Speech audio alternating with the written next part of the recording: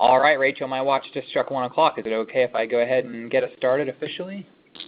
Absolutely. All right. Well, good afternoon, everyone, to those of you on the East Coast, and good morning if you are on the West Coast or somewhere in between. Thanks for being here for today's Bloomerang webinar, How to Maintain and Upgrade Your New End-of-Year Donors. One of my favorite topics. I'm so excited.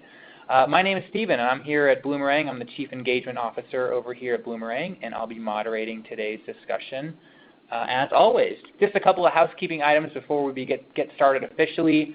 I just want to let everyone know that we are recording this presentation, and I'll be sharing the recording as well as the slides later on this afternoon. So if you have to leave early or perhaps you want to review the content later on, you'll be able to do that. Have no fear, just be on the lookout for an email from me later on this afternoon with all those goodies. And as you're listening today, please feel free to use that chat box right there on your webinar screen.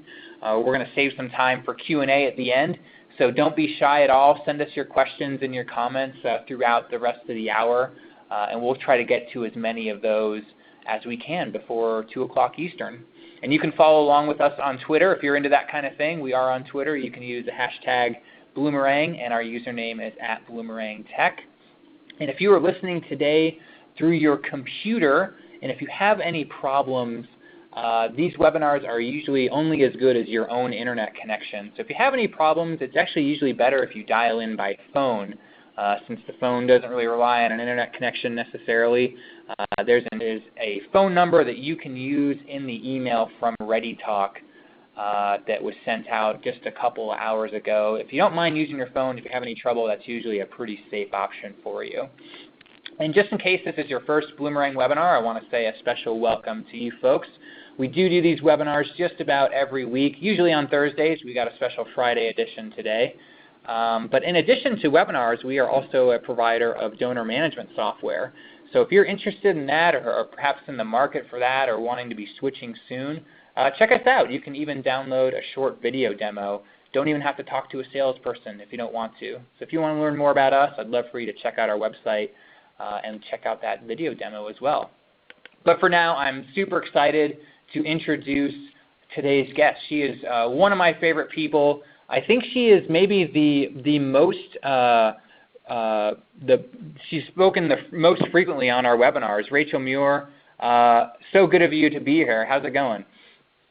It's going great. I'm so excited to be back with you guys. Yeah, this was a no-brainer for us. I've been looking forward to this one. This is one of my favorite topics, so I'm really excited for everyone to hear you. And I had a peek at your slides earlier, and they look just awesome. I know there's a lot of great information. And Rachel, before I hand it over to you officially, I want to brag on you a little bit. If you guys don't know Rachel, you got to follow her. You got to subscribe to Pursuant's awesome content. Follow her on Twitter.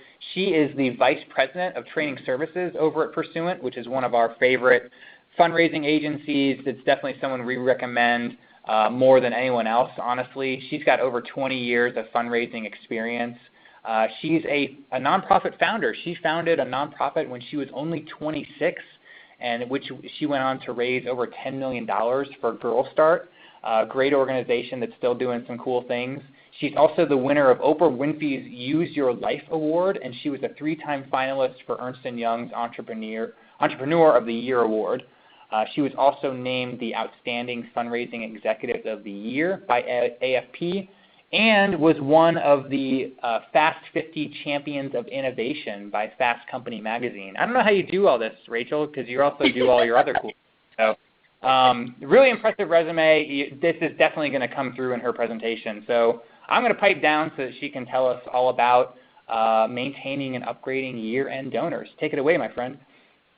Thank you so much, Stephen, and thanks again for having me. It's great to be with you guys today. Happy end-of-year fundraising. Hopefully you guys enjoyed a great holiday. If you participate in Giving Tuesday, I hope that was great for you.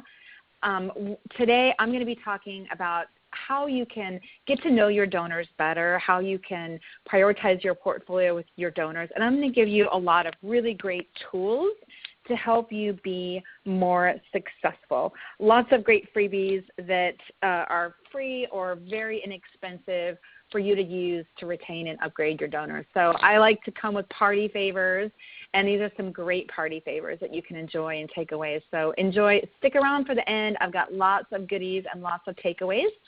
And I really appreciate that very, very generous introduction by Stephen. That's very fantastic. I absolutely love fundraising. I have the best job in the world because I get to help people be better fundraisers. And what I do at Pursuant is training. I do a lot of custom training and classroom training. And I'm a mom of twins, and that's my Twitter hashtag down there, my email address. I've also got a lot of information about myself and a lot of my content up at rachelmuir.com. So if you want to learn more or you want to get some of the free guides I'm going to show you off today, you can also download those there. And this is a little bit about what I do. I mentioned I do a lot of custom training. I do VIP days. I do a lot of webinars. I do a lot of free webinars. And I do a lot of paid webinars. And a lot of speaking, all on fundraising. If you're interested in booking some time, if you are interested in a custom training or speaking event, I've got a link down there where you can just pop into Calendly and book 15 minutes with me if that's something that you're interested in. I also do, as I mentioned, free webinars. I do about 1 or 2 a month.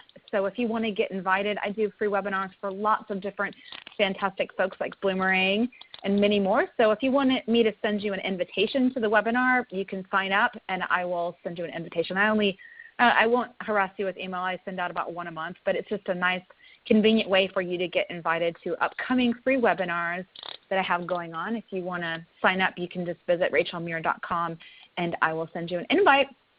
This is my last email about stuff I have coming up, but I do have a 4-part webinar series that starts next month. So if you want to get your year off with a bang, I encourage you to join me. It's 4 webinars, and it's all about fundraising like a boss, crafting a fantastic fundraising strategy, surveying donors, donor decision-making, great discovery questions. There's a lot that you will learn. So if you're interested in that, I'd love to have you. You can sign up at pursuant.com. It's 4 webinars, and there's a lot of great content. So I want to kick things off by getting to know you a little bit better and find out who you are, the fantastic almost 200 people that we've got joining us today. So I'm going to get started by asking you guys to take this really quick poll and let me know what size your organization is. If your public contributions are under $1 million, or if they're 1 to 3 million, or 3 to 5, 5 to 10, or if you're over 10 million, if you're in the big leagues. We've got a lot of people typing in their answers right now. It looks like right now the biggest group of people that we've got joining us today are under $1 million. We still have a few people that are typing in their answers. But it looks like about a few more people typing in. Looks like most people, almost half of you guys, are under $1 million. And the next largest group is going to be the 1 to 3 million. I'll go ahead and show these results. I've still got a few people typing in. I'm going to ask you guys a few more questions to get to know you, but I'll go ahead and show those results. So 47% of you guys are under $1 million, and the next biggest group is 1 to 3 million. And then we've got, some big folks joining us too. We've got some people here that are over 10 million. So all of you are going to get great tips today, each and every one of you, from small to big. I've got some aspirational stuff for the small guys and some totally doable stuff for the big guys. And then I've also got lots of great, inexpensive, and free tools for organizations with smaller budgets. So I've got your back, whether you're a smaller organization or a bigger organization. One other thing I'd love to know about you is just to get to know your tenure. So type in here and let me know how long you've been in fundraising. If you're a newbie and you've been in fundraising for less than a year, and by the way, anyone who's been in fundraising, really pretty much, if you've been at your organization less than 18 months, don't be shy about playing the new card. Playing the new card is a great excuse for you to do some fantastic donor discovery and introduce yourself to donors that don't know you. So don't be afraid to play the new card as long as you can. Looks like most of you guys have been in this sector for 1 to 5 years. I've still got some people typing in, but it looks like most of you have been in it for 1 to 5 years. And then the rest of you guys, I've got a lot of folks who are pretty senior. I've got a lot of folks in here that are joining us today who have been in this sector for over 10 years. So I'm going to go ahead and show those results for you guys so you can see them. So 36% of you guys have been in it for 1 to 5 years. The next biggest group is 25% of you have been fundraising for 10 years or more, and then 22% 5 to 10 years. So this is great. You've got a lot of folks. Most of the folks that are joining us today are a little bit on the newer side, the less than 5 years. I've been in this sector for actually technically over 25 years, and I learn new things every single day. And that's what I love about fundraising, that this field is always growing. It's always evolving. I mean, we've seen how much digital has exploded fundraising, and you're going to get a lot of great tools today around how to be successful with fundraising and what digital tools you can use to be successful. But that's one of the things that I love so much. I'm learning every day, and I'm learning from great people like you. I'm going to show off some great examples of folks that are out there in the field. And then the last question I'm curious to find out from you guys is just how your Giving Tuesday was. If your Giving Tuesday was off the charts, same, worse, maybe you didn't participate. So here's that poll for you guys. So I'm going to let you answer this one and tell me, how was your Giving Tuesday? If it was your first year, looks like this poll might have already somehow gotten filled out. Okay, well, you can type it in. Why don't you guys chat it in? Chat it in and let me know, how was your Giving Tuesday? So let me know if you did better, the same, worse. Of course, if it was your first year or you didn't participate, it's kind of hard to answer. It looks like a lot of folks waited it out this year and didn't participate. Some folks are the same. Just a couple folks that did better. Congrats to the folks that did better. Lots of people didn't participate. Some more people did better. Lots of people did the same. One person kind of participated. Nicola participated passively but had folks give on the day, which was a surprise. Jim said he did worse, but he didn't work at it. Okay. So congrats to Sarah, best one yet, almost 4,000 more than last year. Congratulations, Sarah. Vicki was a little disappointed, not really as well as last year, despite more work and promotion of it. So a lot going on with this Giving Tuesday. I think that we might see some organizations who might have especially had missions that were really related to, current events, really kicking it out of the park. But a lot going on this year in terms of Giving Tuesday. Whoa, Karen, congratulations. Karen did so much better. Wow, 5,500 more than her 500 in 2015. I'm not sure if that's number of donors or dollars, but either way, congrats. Way to go, Karen. Kudos. Everybody's giving Karen some virtual high fives, so congratulations, Karen. So I'm going to talk with you guys a little bit about what we're going to cover today. So dollars. All right, Karen, way to go. So we are going to kick things off talking about the number one way that you can ensure that your donors make another gift, some thank yous that your donors will absolutely cherish, some tips to reveal your donors' interests, a little bit on prioritizing portfolio, some different tools that you can use to prioritize a portfolio. And as a bonus, I'm going to give you guys some really great tools that you can use, tools that you can take away right now and put in your toolbox and start using. I'm even going to show an example of Stephen in one of these tools so you can see from someone you know what these tools can reveal. But these are great tools. Most of these tools are free. The ones that aren't are very inexpensive. And, of course, I've got kind of an aspirational one out there for the folks that have, Stephen Cameo, here it comes. I've got a really great one for the folks who have a bigger budget and are interested in really how they can use some digital tools to prioritize a portfolio. So you're going to get a lot of goodies today. You're going to learn about retaining and upgrading your donors. You're going to learn about donor surveys and how you can use surveys to segmentation's a popular topic with Stephen and I. We're really passionate about doing segmentation. And there's a good reason for doing segmentation, right? Because a recent study came out this year that 72% of donors said that they would stop giving if the content that they got was unsatisfactory. 72%. And, donors gave more details about that. Like 25% said they would stop giving if they got content about programs that they weren't interested in. 35% said they'd stop giving if the content was vague. 10% said if it wasn't personalized. So these are all things that donors really care about, and segmentation and doing the donor survey is a great way for you to find out those things. As I mentioned, we're talking about video. Now you can use video to build a portfolio.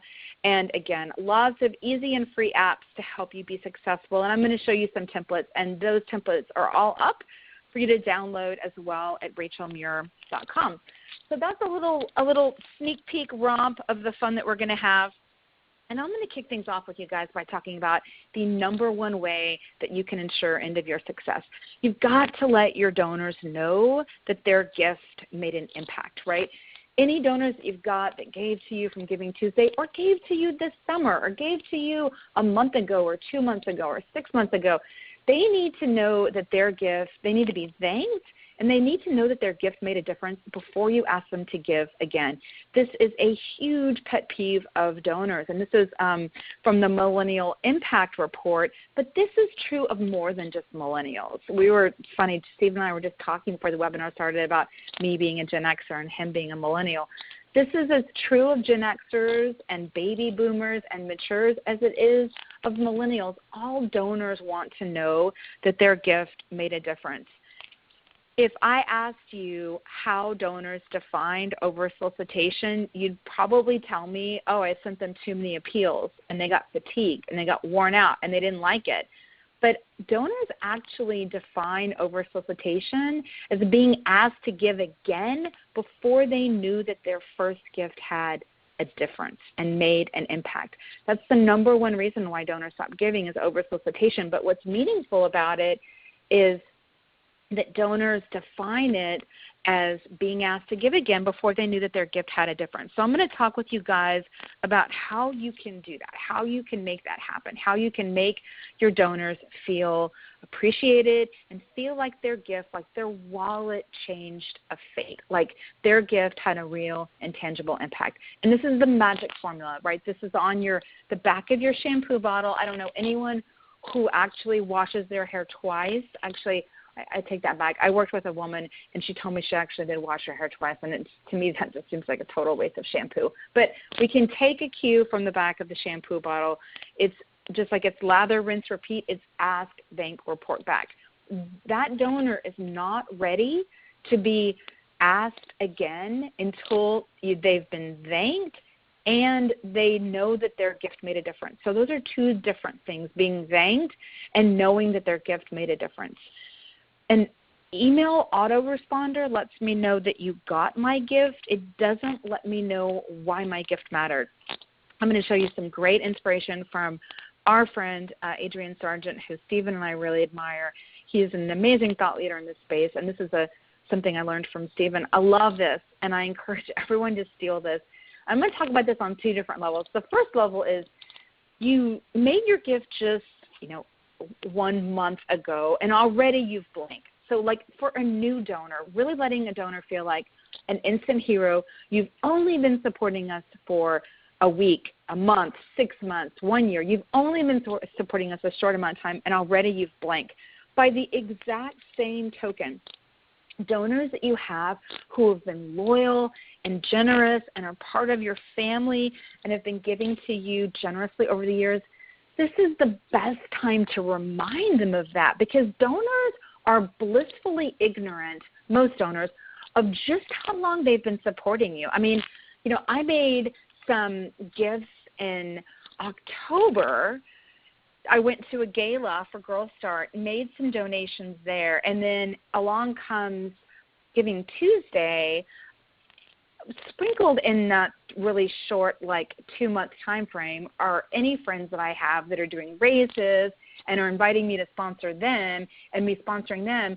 So, we have a lot of giving that is unpredicted, and it's easy to forget. So I really encourage you, if you've got long-term donors that have been giving to you loyally, remind them of their loyalty, because it's a great, meaningful, effective, and subtle way to help them remember, wow, Girl Start's one of my top philanthropic priorities. I've been giving to them for 10 years. wow. And don't be shy about doing that. Don't do it in a it's that time of year again kind of way. You want to do it in a way of you've been a loyal partner to us for this long, right? It's a really great opportunity. So whether it's a new donor or it's a longtime donor, you've got an opportunity to make them feel proud and give them the credit for the accomplishments that they may happen. So I'm going to talk a little bit about thank yous. This is a uninspired, boring, totally verbose thank you. It's meaningless. It isn't tangible. It's just vague, right? When you give to blank, you're making a major difference in the lives of children. Numbers, put me to sleep, yawn, yawn, ready to go night-night. Trying to give me credit here for like all these different things. It's just not meaningful. It's not memorable. This is a thank you that is not going to land in my thank you hall of fame, or for most donors, just up and it's not something they're going to keep and put up on their fridge. This is short and it's sweet and it's impactful. It tells me exactly what I did. Your $100 donation gave a cancer patient's mother a home away from home tonight. Boom. Simple, direct, let me know exactly how my wallet changed a fate. So be specific, be tangible, tell a great story, tell a short story. I'm going to give you guys some really good do's and don'ts here. These are some thank you letter do's. Try to be quick, at least a week. But, I mean, if you can get out in a couple days, that's great, especially as we're moving over here towards end of year. I know a lot of you are from smaller organizations. Dedicate some time. Put some time on the calendar. Have your thank yous ready. I'm going to show you some really great examples of digital thank yous that are actual physical cards. But if you've got stationery, we did this at Girl Start. We would have our stationery ready. We would have photos of close-ups of the girls. We would have thank you, our script and our thank you letter written. All we had to do was address the outer envelope. It was ready to go. We would have like hundreds of these ready before we sent out our appeal. So we were prepared and efficiently able to thank our end-of-year donors. Make it personal and make sure you give yourself more time. End of year, you're trying to do a lot of fundraising. Make sure you've got the time on the back end so that you can thank your donors.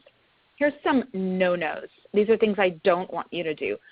Don't be like that other one. Don't start with a thank you. Don't be predictable. Don't ask for another gift. You might really offend people with that. And I don't want you to risk offending someone because you're not going to know how that offended them. Don't continue to sell, change out the copy. I would change out my copy every single month at Girl Start, and don't give them any homework to do, right? Like don't make them give you their favorite quotes. This is the time for rejoicing. There are 1.6 million nonprofit organizations in the world, and your donor chose you. Congratulations. This is a time to celebrate. So I've got a guide. I've got lots of guides. I've got guides on cultivation events. I've got guides on doing great discovery. They're up at rachelmuir.com/guides. But I'm going to show you one guide that this is free, and I want to encourage everybody to download this and use this and adopt this. This is a stewardship plan, and this stewardship plan is based on the longevity of the donor on your file, a new donor, a second-time donor, or a donor that's been giving you 3 gifts or more. So the reason why it's structured like that is because we all know that most of us as donors are like the one-night stands of giving, right? We give one gift and we don't give another. And the truth is your donors don't know what kind of love and attention is waiting for them at higher gift amounts.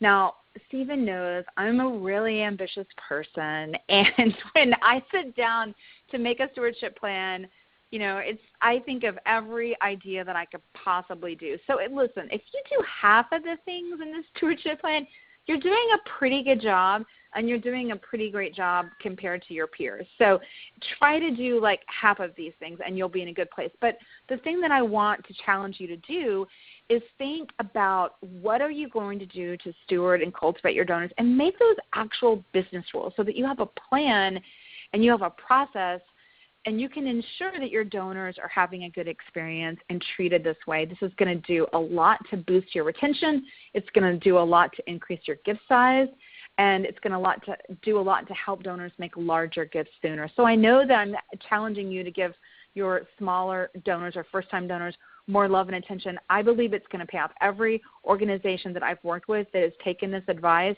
and put it to work has come back and told me it worked. I doubled my revenues. It really, really works. I encourage you to go out there and do it and tell me what you get. And if you've got problems, let me know too.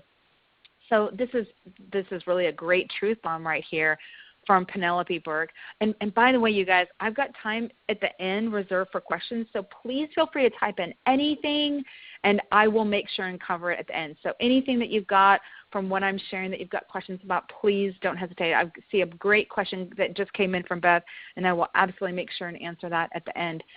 So this is a truth bomb from Penelope. You know, we do as fundraisers, we rely very heavily on the gift value as a determinant of future potential. And everyone on this call has many donors in their file who are giving very small amounts who could be giving much larger amounts. And that's what we're going to be talking about for the rest of this webinar, is how you can get those donors to make larger amounts. So these are some random acts of thankfulness that I want to challenge you to think about as we step into 2017.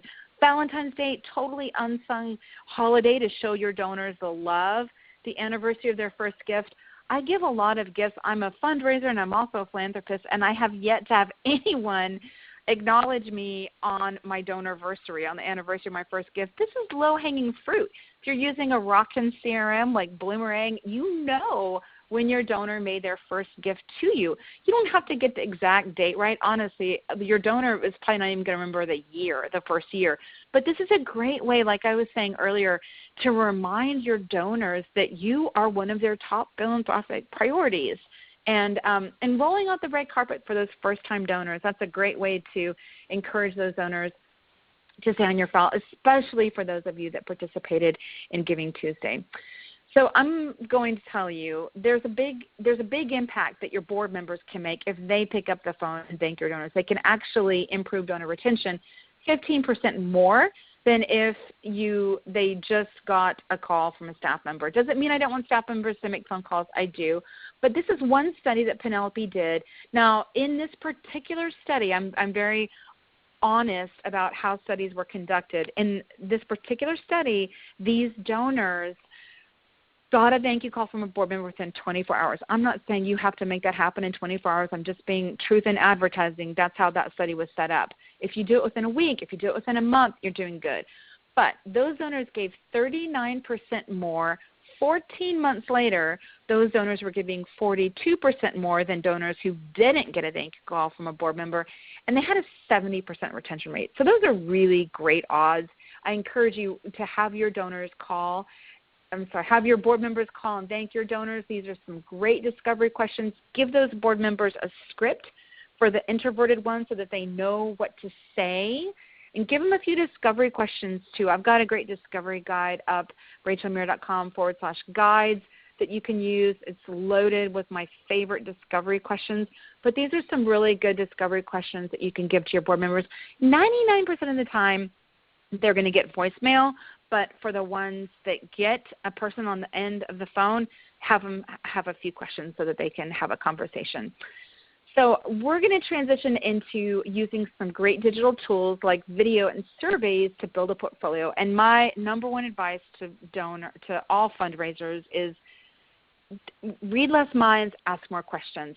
Asking your donor how they like to be invited to make a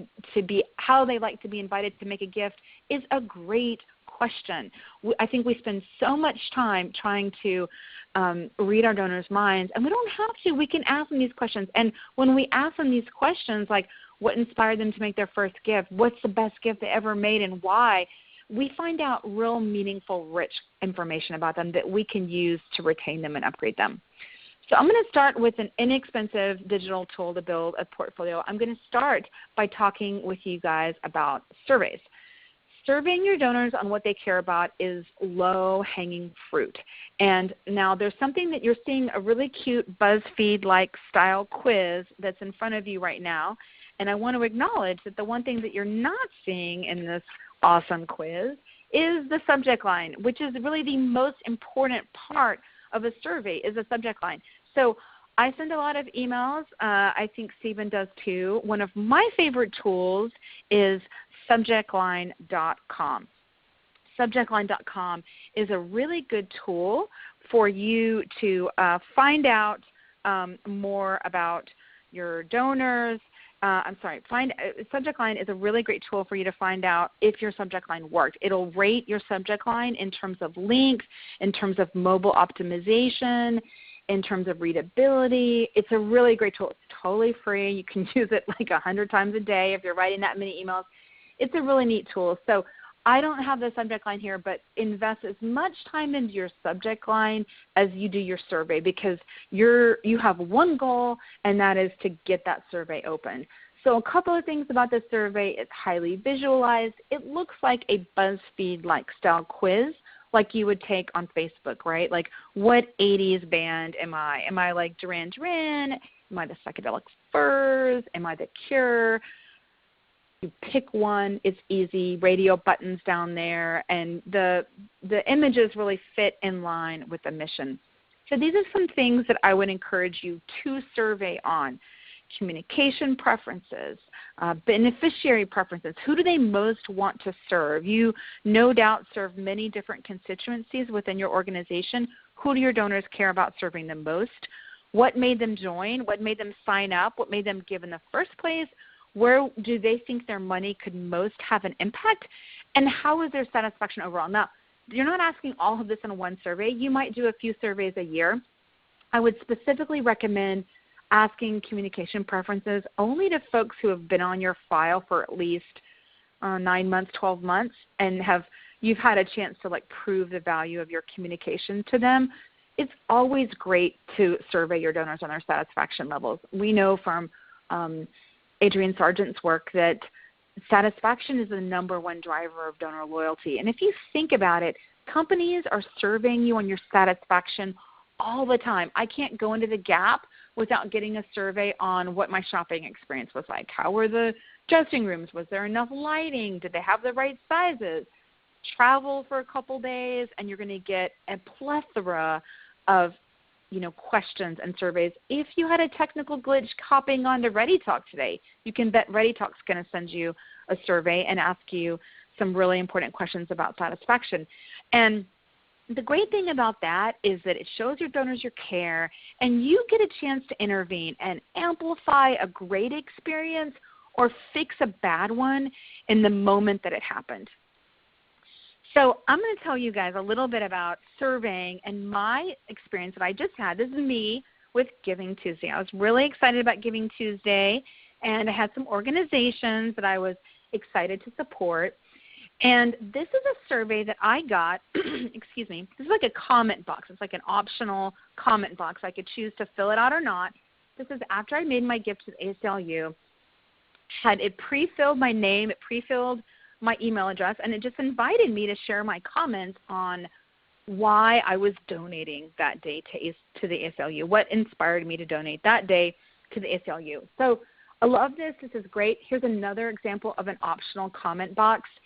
This is after your donors made their gift. Okay, this is a second step. This is a second screen after they've already clicked donate and they've entered in their credit card information. This is optional. They don't have to fill this out, but I would encourage you to pop in an optional comment box. This is a great way. If your donor, this is kind of a old school direct mail analogy to this would be if a donor was writing a sticky note and sticking it to the check, or writing you a letter with the check that they were mailing to you. You want their feedback. Donors that take the time to do that, they're raising their hand that they would like more love and attention and more interaction with you. They might like to make a monthly gift. Eventually, they might like to make a planned gift. But this is a great opportunity for you to invite more connection with your donors, find out more about your donors, and it's easy and super, super simple and really free for you to do. Now, these are some survey no-nos. Never ask, the basic idea on these survey no-nos is just don't ask your donor anything that you already know. You already know it. This is already in your CRM. You don't need to waste a question asking them a question that you already know. Now, for the folks that we've had a decent number of folks from larger organizations on the call today, and everyone can go get inspired by this fantastic video. This is a great video. And this video, if you watch this video, you'll see how you could use something simple like an emotionally rich video about your organization to allow your donors to raise their hand if they would like to get a personal phone call and have a personal visit with someone from your organization. It's really a way for your donors to qualify themselves and indicate if they want to have a deeper relationship. So this is kind of like a visual tour of what that looks like. It's letting your prospects self-identify. And they can be sent a printed invitation. They can be sent an email. It's got a personalized URL. And then they watch it, and they can click on the form. Yes, I'd like to have someone contact me. No, I wouldn't. Here's like another kind of flow map of what that looks like. Some donors will say, yes, I want to have a face-to-face visit. Have someone call me. I care about this. Other donors won't. They might respond more to some extra stewardship or cultivation. But the idea here is that this is scalable. This is an opportunity for you to spend more time on revenue-generating activities like visits. Now, I'm going to show you guys some really great innovative stewardship tools that you can use. A lot of these are free, and you can see a lot of these right here. So I'm going to go over some innovative stewardship tools, and this is kind of like a great list of some quote-unquote legal stalking that you can do with your donors and prospects. So LinkedIn, Google+, Twitter, Pinterest, all 4 of those are open platforms. It is not considered weird or creepy to follow someone on Twitter. So of course, you're going to have to figure out what your donor's handle is on Twitter, but those are all 4 open platforms. If you find your donors there, I would encourage you to follow them there. If you're following your donors on LinkedIn, I would encourage you to personalize the boilerplate text. LinkedIn's a great way to see who else they're connected to and get updates about them, but make it personal. Say, Stephen, I've loved, I loved meeting you the other day at blah, blah, blah event, or you've been a loyal member and I'd love to stay in touch. I'd like to add you to my professional network on LinkedIn. So those are 4 totally open platforms. I'm going to show you this really neat tool called Charlie, and Charlie basically pulls out, public data about the people that you're meeting with in your calendar. It's like a calendar app. It pulls public data about them, and it gives you like a dossier before your meeting so that you can see what's new. And I actually ran it on Stephen. So we're about to see some things if we were having a donor visit with Stephen Shattuck, some things that Charlie would tell us to talk about with them. Norbert is a free tool for you to use to find someone's corporate email address. Banana Tag is a really neat tool. I'm going to show you some slides on that allows you to track your emails without the recipient knowing. And BombBomb is a cool video email tool. So I'm going to go through a few of these in more detail, and we're going to start with Charlie. So this is Charlie, and it's free. It's an app that it plugs into Chrome, and you just download it. I think it probably plugs into Outlook too, but I use it in Chrome. So this is an example of it really takes like 2 minutes to download it, and it'll send you an email with a dossier of the people that you have meetings with. It's like a calendar plugin. So here's our meeting with Ryan Holmes from Hootsuite, telling us a little bit about Ryan, in Vancouver, and giving us some tips about some company news, exciting company event. I don't know Ryan Holmes, but I know Stephen. And this is what Charlie told me about Stephen today. So he's a believer, husband, a father, chief engagement officer at Bloomerang. Hey, by the way, congrats on your 3-year anniversary. He's been at Bloomerang for 3 years. One thing that Charlie got a little wrong, and it's just because of Bloomerang, the name. Charlie gave me a Better Homes and Gardens article about the Bloomerang lilac, which I'm pretty sure is not on Stephen's radar or one of his priorities. But it did give me some great information about some articles that Stephen was in.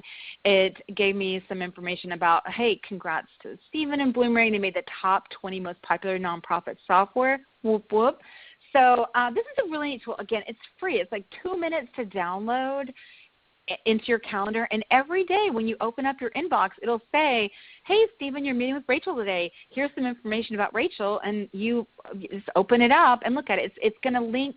It's going to pull a dossier for every calendar appointment you have. And if you have a calendar appointment, like if you've got like a group meeting like I have and there's 10 people, it'll give you information on all of them. Choose to read it, choose to not reading, but it's a pretty cool tool. Steven's saying that he does like to garden. Well, according to your profile, Steven, it told me you like sports, and I think it was like the other thing was like sports, and I don't know if it was beer. Could it have been beer? Sports was on there. This is another tool. I love this tool. If you're on this webinar with your boss and you guys both get on this, you're both going to have to like keep your side of the street clean.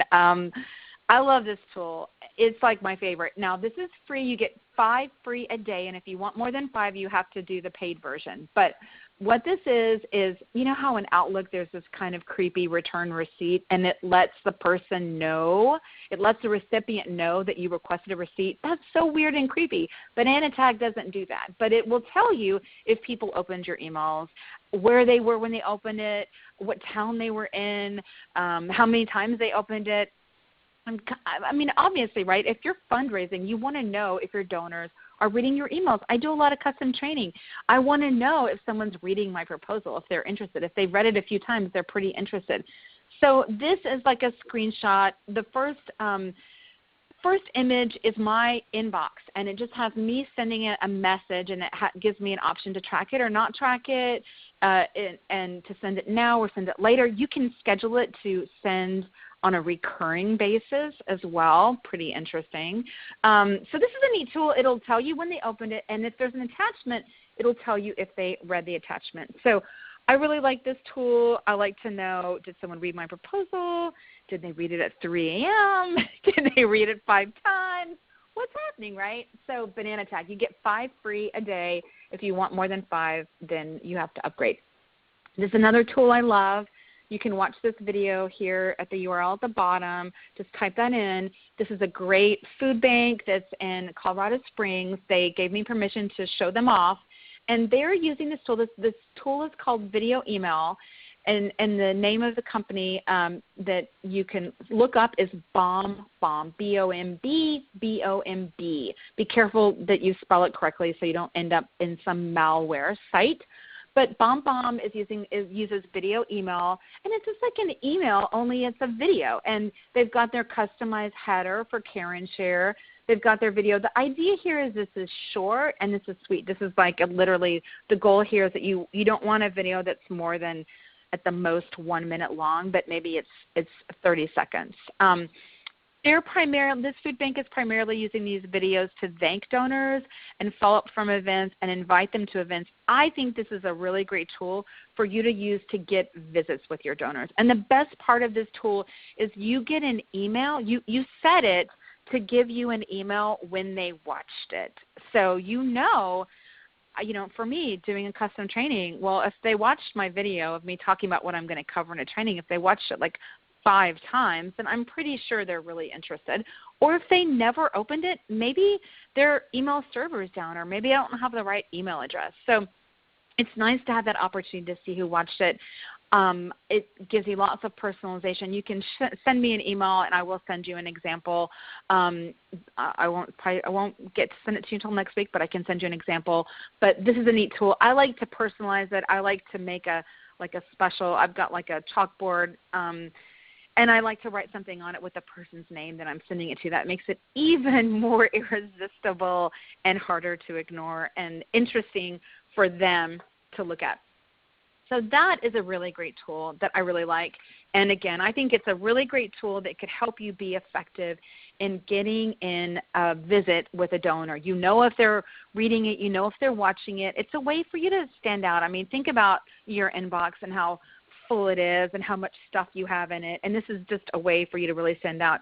A lot of real estate agents use this. A lot of people in sales use this. I think this is a really neat tool for the fundraising market. Again, the company is called BombBomb. You can do a free trial. You can do a free 2-week trial of this. It won't give you the header. The header is part of you being a customer. I really like the header. I've had people say, oh, it should be it should be blank and that looks more authentic. But I personally really love branding, so I think it's really neat. And yes, everybody's going to get a copy of this presentation. So we got your back there. Stephen and I have your back. Now here's one of my final examples, and I love this example. And one of my favorite shows to watch with my kids is Shark Tank. They love Shark Tank. And this fantastic couple from Telluride, Colorado, went to a party. They were going home in their car, and the wife said to the husband, I wish I could send the hostess a thank you card right now just for my iPhone. Boom, a great idea was born. They started a company. It's called the Felt app. You can only use this on an iPad or on an iPhone. You can't use it on a desktop. You can't use it on a Android. But what this is an app that will allow you to upload your photographs or pick from existing cards and send a real physical, put it in your hand, hold it in your hand card with a real physical stamp, and you did the whole thing from the app. It's really neat. It's really fun. I love it. There's an example. There's my kids up there, my twins up there with a Father's Day card. That's actually an envelope addressed to my boss because I was going to put my home address in here. But you get to design it. You can put all kinds of drawings on it. It'll download your photos directly from your iPhone, directly from Instagram, directly from Facebook. They have hilarious cards too. One of my favorites is their did you know there's an actual holiday? There's an actual mother-in-law holiday. And let me tell you, the cards for the mother-in-law holiday are hilarious. I had to send one right away to my mother-in-law. These are some examples that they made for me of some mock-up examples of nonprofits. You can see up here at the top, you can do lots of different things with their cards. So this isn't free, but this is super inexpensive. It's like $5 a month to send 3 cards, and for $15 a month, you can send 5 cards and get personalized stationery. So down there at the bottom, I love stationery. I'm really passionate about stationery. And down there at the bottom, you can see some stationery that I had them make me. And you can also see some great stationery that they made for some nonprofits. So this is a really neat tool. I really like it. It's really easy to use, and it's a lot of fun. And I always love supporting entrepreneurs as an entrepreneur myself. We've got some time for questions, which is awesome. I see a few are already in here. So I'm going to go ahead and look over at these questions, and I'm going to leave this contact information up for me with some of these links that you can see while I'm answering some of these. So Katie asked, what guidelines would you advise on when someone should hand sign the thank you letter? We have our CEO and development director sign our thank you letters for gifts over $100, and it slows down the time it takes to get that letter in the mail. Okay, so I would have here's a thing you could do to make that easier. I would you can have a stamp of their signature. I would give them the phone. I would give them the phone and have them personally say thanks to that donor, and just schedule some 15 minutes for them with phone calls where they're able to call and thank those donors. But yeah, you can have a signature stamp done incredibly easy for them. You could have them write a couple notes on that. But if you have all this done ahead of time, then it shouldn't take long. I would have all your thank you cards, have your copy ready to go, and you could get them out the door. Okay, you could walk into their office, Katie, with 50 thank you cards, and they could just sign them, or you could stamp them too. So I would have those ready, and then it'll take less time. That's the thing about all of this. The prep work saves you time on the back end. Beth had a great question. We have a thank you for your gift letter for tax purposes with a personal signature. I don't send another thank you until the funds have been used in some way, which I send 3 months out with a handwritten personal note from the fund administrator. It's waiting 3 months too long. I personally, the thank you for your gift letter for tax purposes, let's be honest, it doesn't really tell me how it was meaningful, right? So I would try to add some punch and some meaning into that, and I would try to up the personal note sooner. I would try to get that personal note out within 2 weeks or within 1 month, and you could say, like, it's only been 1 month and already we've used your gift to blank, blank, blank, blank, blank. Or maybe it's a personal gift. You know, 3 weeks ago, 4 weeks ago, a month ago, you gave us this gift, and we're going to be using it to blank, blank, blank, blank, blank. You know, maybe it's like around your plans for how you're going to use it. But I would, you know, the sooner there's this window here where we're wearing this like bronzy glow as donors. I mean, I was ecstatic just to be asked, just when the ACO just asked me why I was choosing to make my gift. I was like, oh, yay, yay. Like, I was ecstatic over that. So there's this bronzy glow that we're wearing. And the sad truth is, I mean, Steve and I were talking about this honestly before this call. We give a lot of gifts and we don't always get thanked. And you've got an opportunity to strike when the fire is hot. Your donors are feeling really good. Giving feels great. I mean, giving releases endorphins. It lowers your blood pressure. People who give are happier than people that don't give. You've got a great opportunity to engage with them after they give and make them feel great about giving. And especially now, like this time of year, that's what I feel like with Giving Tuesday, any interaction that your donors have with you, that's a time to make them feel really great. Because I'll tell you, I made those gifts. I'm planning to make gifts for Christmas as well. And it's like there's this window here of, you know, what was my experience with you like? And if it's great, then, you know, I'm going to put you in my Christmas stocking too. Beatrice asked, is there a sensitivity to board members knowing how much donors gave? I work for a church, and when we had our recent campaign, we let them know that no one would know how much they gave. We were emphasizing sacrificial gifts. This is an excellent question. Beatrice adds that she would be concerned that a donor would ask a board member, how do you know how much I gave? This is a great question, Beatrice. This is a question that is going to be different for every organization, right? So I'll tell you, at Girl Start, it was like, you know, there was no issue with board members knowing how much a donor gave and thanking them for their gift. No issue at all. It is common I don't say common. I have definitely heard several cases in your sector of people wanting to keep gift amounts private. And I totally understand that, and I totally respect that. And if that's your culture, don't mention the gift amount. Just mention the gift.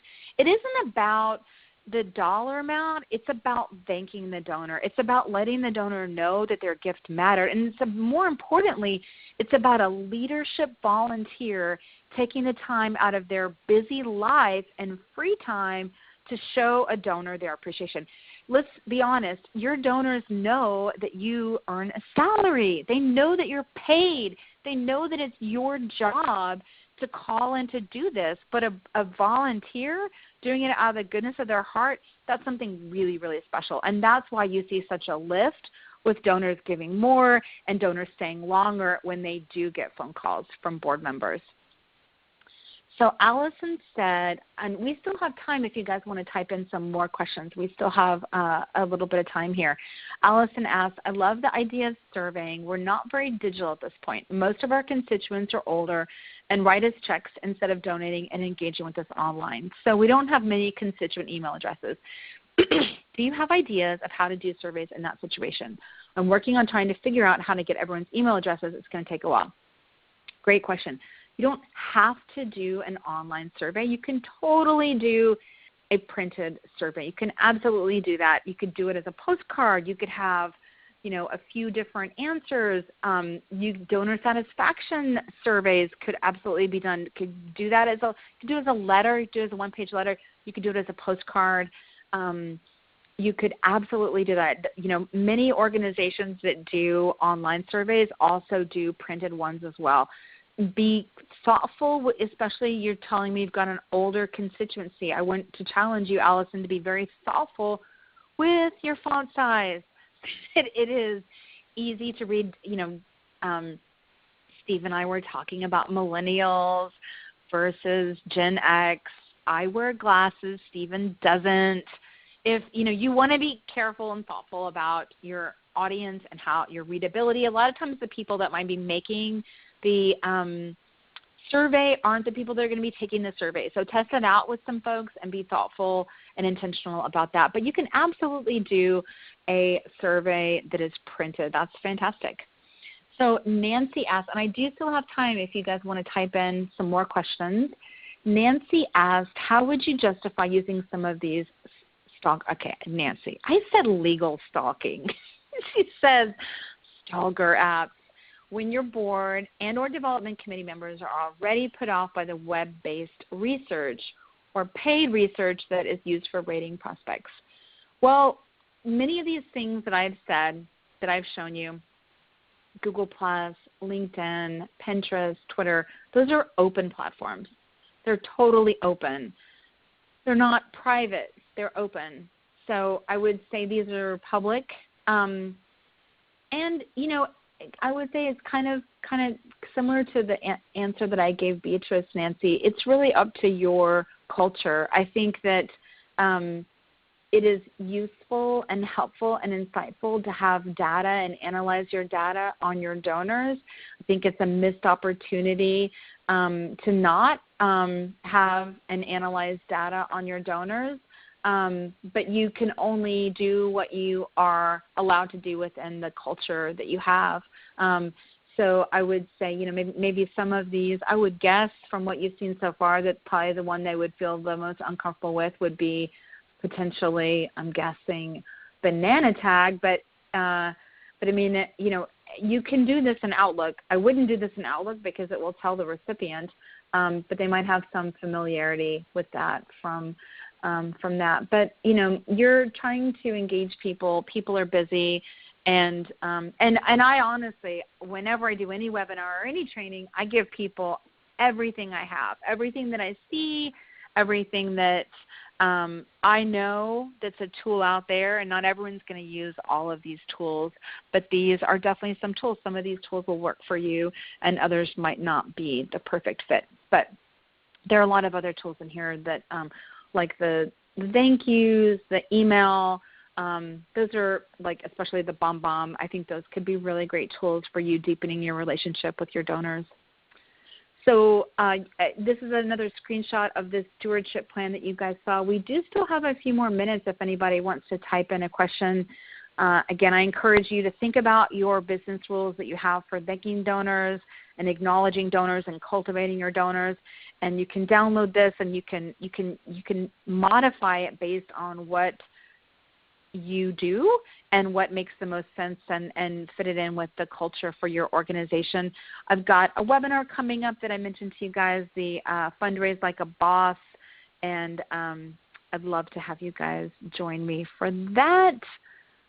Again, we still have a little bit more time for questions. I'm going to let Stephen, do you want to mention some of these resources for Bloomerang while people are typing in?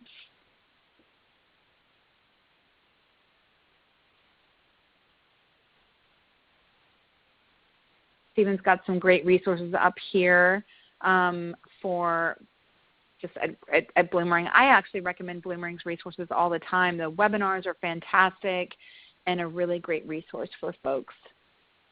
Oh, Sarah, why don't you type in your question to the chat? Sarah's trying to type in a question. And just type into the chat and I can answer it there, Sarah. And Britton asked, do you have suggestions for questions to survey non-donors within a larger community that is in a tight professional community?